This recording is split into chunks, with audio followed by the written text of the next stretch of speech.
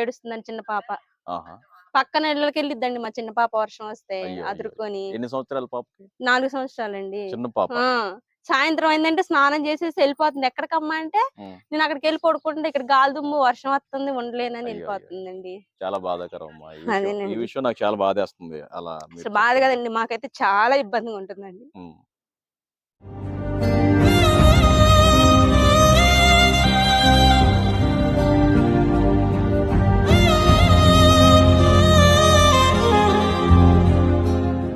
ఎంతమంది పిల్లలు మీకు? ఇద్దరు అమ్మాయిలండి. ఆడపిల్లలిద్దరు. ఇద్దరు అమ్మాయిలు. హుహు.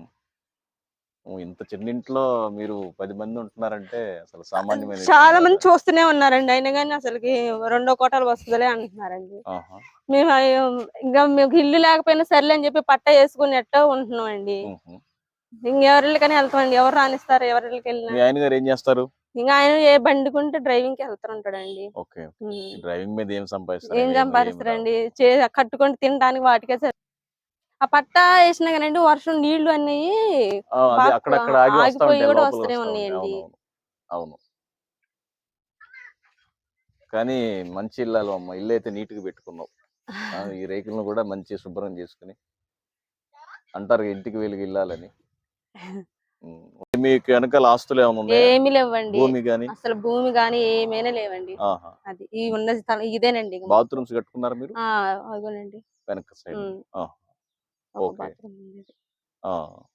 అసలు పొలం లేదు. ఏం లేదండి అసలకి. ఓకే. రెక్కలే మచ్చటాలు రెక్కలతోనే మేము ఇదయ్యేది.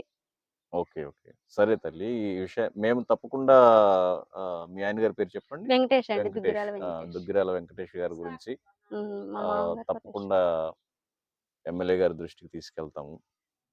అసలైతే మరి మొదటి విడతలోనే మీకు రావాలి. ఎందుకంటే గవర్నమెంటు అతి పేదల కోసమే ఈ పథకం అదే పెట్టింది. అండి మరి.